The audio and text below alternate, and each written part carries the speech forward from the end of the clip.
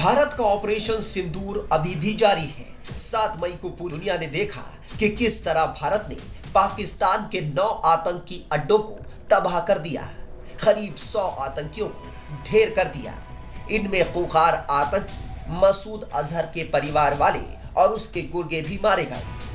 Operation सिंदूर में जैश ए मोहम्मद का आतंकी अब्दुल मलिक रऊफ, यूसुफ अजहर और मुदस्सिर अहमद मारे गए हैं। ये आतंकी 1999 IC-814 प्लेन हाईजैक और साल 2019 में हुए पुलवामा हमले की साजिश में शामिल थे। मोहम्मद यूसुफ अजहर जैश ए मोहम्मद के सरगना मौलाना मसूद अजहर का छोटा भाई है और जैश का सीनियर कमांडर भी था। वहीं मौलाना अब्दुल मलिक रऊफ मौलाना मसूद अजहर का भाई और जैश ए मोहम्मद का ऑपरेशनल कमांडर था। जैश में ये तीसरे नंबर का नेता माना जाता था। रऊफ 1999 कंधार हाईजैक के साजिशकर्ताओं में से एक था। इसके अलावा साल 2001 में भारतीय संसद पर हमला, साल 2016 पठानकोट एयरबेस पर हमले में भी वो शामिल था। ताज्जुब की बात यह है कि इन पाकिस्तानी आतंकियों के जनाजों पर पाकिस्तानी सेना के अधिकारी देखे गए। वो इन आतंकियों की नमाज जनाजा पढ़ रहे थे। ये देखिए, जैश ए मोहम्मद के डिप्टी कमांडर और मसूद अजहर के छोटे भाई आतंकी रऊफ अजहर के जनाजे में सेना के अधिकारी पहुंचे हुए हैं। भारत ने पूरी तरह से अपने ऑब्जेक्टिव को हासिल कर लिया है। खासकर हमारा ऑब्जेक्टिव था टेरर कैंपों को डिस्ट्रॉय करना। 9 टेरर कैंप हमने डिस्ट्रॉय किया है। जैश ए मोहम्मद जो मेन ऑर्गेनाइजेशन थी, उनका हेडक्वार्टर पूरी तरह से तबाह हो चुका है और मसूद अजहर के जो काफी लोग हैं परिवार के, वो भी मारे गए हैं। तो बड़ा झटका जो टेररिस्ट कैंपों में रहते थे और उनको ट्रेनिंग देते थे, उनके लिए लगाया और यही भारत का ऑब्जेक्टिव था।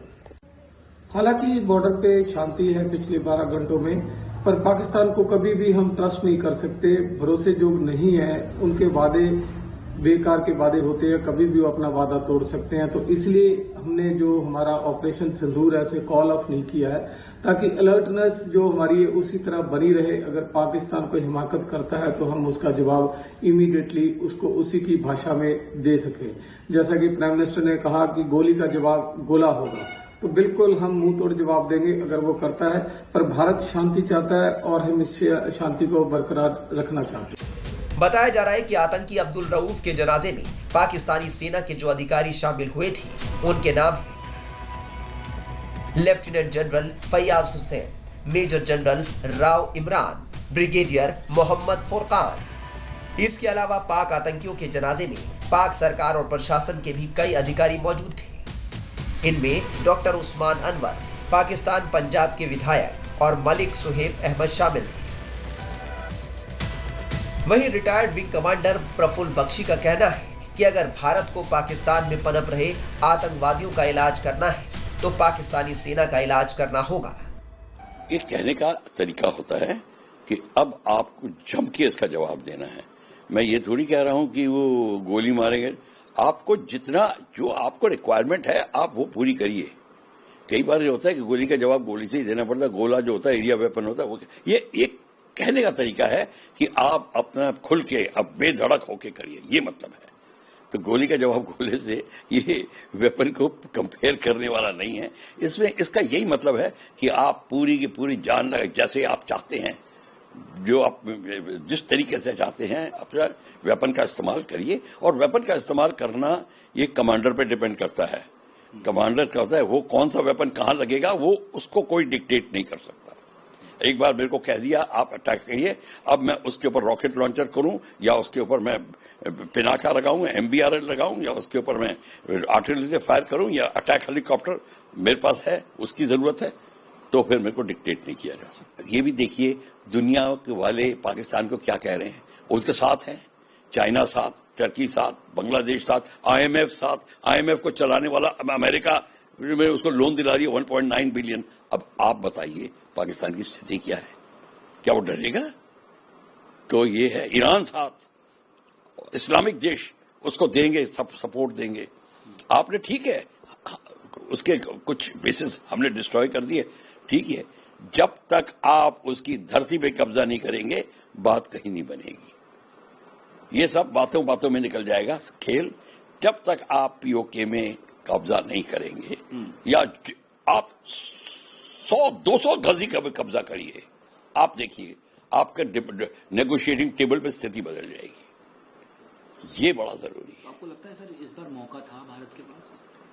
دیکھو ایسا ہے, میں بیٹل فیلڈ میں نہیں ہوں, ٹیکٹیکل بیٹل ایریا پتا نہیں, میں ڈرائنگ روم میں بیٹھا ہوں, آپ لوگوں سے ان پٹ لے کے بات کر رہا ہوں, تو میرا اس پہ ٹپڑی کرنا ٹھیک نہیں ہوگا. پر اگر میں کمانڈر ہوتا تو میرا بھرسک پریتن ہوتا کہ میں جتنی میکسیمم لینڈ ابھی لے سکوں اور لے لوں. وہ ہم کہہ چکے ہیں ہمارا ہے. میں پاکستان کی بات نہیں کر رہا, میں پی او کے کی بات کر رہا ہوں, جو ہمارا ہے, جس کو ہم کہہ چکے ہیں. اس میں اٹیمپٹ کرتا. آپ 9, 10 کیا 20, 25 بیس کر دیجئے, ٹیررسٹ پیدا ہوتے ہیں وہاں پہ. ٹیررسٹ نہیں ہے پرابلم ہے ٹیررسٹ کا باپ جو ہے پاکستان آرمی. وہ بدا کر رہی ہے. پاکستان آرمی کیوں ٹیررسٹ پیدا کر رہی ہے یہ سمجھ جائیے. پاکستان آرمی کنونشنل وار نہیں آپ سے کرنا چاہتی. بیسٹ ہے 1000 کٹ سے آپ کو خونا خون کریں. وہ ٹیررسٹ ہیں, ٹیررسٹ کو پال رہے ہیں. بڑی فائدہ پاکستان کو یہ ہے کہ آپ کا جو سلیپر سیل اور جو سپورٹنگ سیل جس کو اوور گراؤنڈ ورکرز کہتے ہیں اور جو کہتے ہیں جو پاکستان کو سپورٹ کر رہے ہیں وہ بڑے سارے ہیں, کشمیر سے لے کے کنیا کماری تک ہر ایک ڈسٹرکٹ میں ہیں.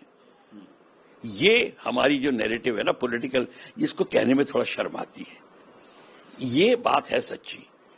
جب پاکستان کی آرمی کو پتا وہ بیٹھے ہمارے کیا کہتے ہیں دماد, وہ ہمارے کو ویلکم کریں گے تو وہ تو بھاگے. وہ تو اس گیم کو ختم نہیں ہونے دے گی پاکستان آرمی. تو پاکستان آرمی کیوں سत्ता میں بیٹھنا, وہ سत्ता میں بیٹھے گی تبھی. اور کیوں بیٹھنا چاہتی ہے؟ 85% اور پاکستان کی جو تجارت ہے وہ آرمی کے ہاتھ سے نکلتی ہے, اس کی ایسوسیشن سے. ایک بار کشمیر میں فلسفی آ گئی تو پاکستان کی جو جنتا ہے وہ کہے گی بھیا ہم کو تو ویزا ہٹاؤ, پاسپورٹ ہٹاؤ, ہمیں جانا ہے بامبے, ہمیں تجارت کرنی ہے, کلچرل ہے, اپنے رشتہ داروں سے ملنا ہے, 1000 باتیں ہوں گی. ان کو کسی کو آپ کی جو ایج کی جو یوتھ ہے وہاں پہ اور وہ ہیں, ان کو کسی کو نہیں یہ کشمیر اور جہاد اسے شوق ہے. ان کو بنانے پڑتے ہیں, جہادیز بنانے پڑتے ہیں, انڈوکٹرینیٹ کرنے پڑتے ہیں. تو ان کو پتا ہے کہ کہیں اسلام میں کہیں نہیں ہے ایسی چیزیں کہ آپ کافر کو ان کو ختم کر دو, یہ کر دو, وہ کر دو. یہ ان کی جس کا کہتے ہیں نا ان کا اپنا ٹرانسلیشن ہے, ان کا اپنا انالیسس ہے. اس کو کوئی نہیں. عمران خان کی پارٹی پوری کی پوری, پھر بلوچستان بیٹھا ہے, پھر وہاں وہ بیٹھے ہیں, وہ ان کو ہلنے نہیں دے رہے. تو اس کو طاقتور کرنے کے لیے اپنے کو وہ گدی میں بھی تو رہنا چاہتے ہیں, گھوڑے پہ بھی نہیں بیٹھنا چاہتے, تو اپنا من والا پرائم منسٹر بنائیں گے اور بیٹھے رہیں گے. تو اس لیے ٹیررزم کو آپ نے کہا ختم کرنا ہے, پاکستان کی آرمی کو ختم کرنا ہے. اور پاکستان کی آرمی کیسے ختم ہوگی؟ آپ دھیرے دھیرے پی او کے کو لینا شروع کریے. پھر پاکستان کی آرمی چپ نہیں بیٹھے گی, پھر آئے گی کنفرنٹیشن پہ.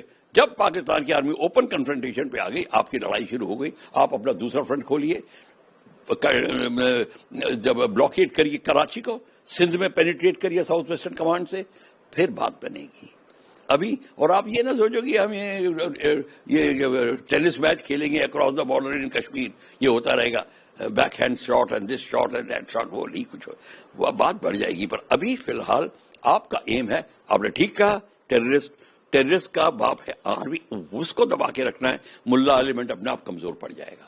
جب پاکستان کی آرمی سत्ता سے ہٹے گی پھر ملا ایلیمنٹ کمزور پڑے گا. پھر وہ ٹیررسٹ کو سپورٹ کرنے کا سسٹم نہیں رہے گا. آرمی نہیں سپورٹ کرے گی. آرمی تو سپورٹ کر رہی ہے, وہی تو لانچ کر رہی ہے, وہ نہیں کر پائے گی. مسعود اظہر کے کنبے کا خاتمہ کر بھارت نے کندھار کانڈ کا بدلہ لے لیا ہے. بتا دیں کہ بھارت نے طے کیا ہے کہ دیش میں ہونے والا ہر آتنکی حملہ ایکٹ آف وار یعنی یدھ کا کارن یا یدھ کی شروعات مانا جائے گا. میڈیا رپورٹس کے مطابق کسی آتنکی حملے کو یدھ کا کارن مان کر اس کا جواب بھی اسی انداز میں دیا جائے گا.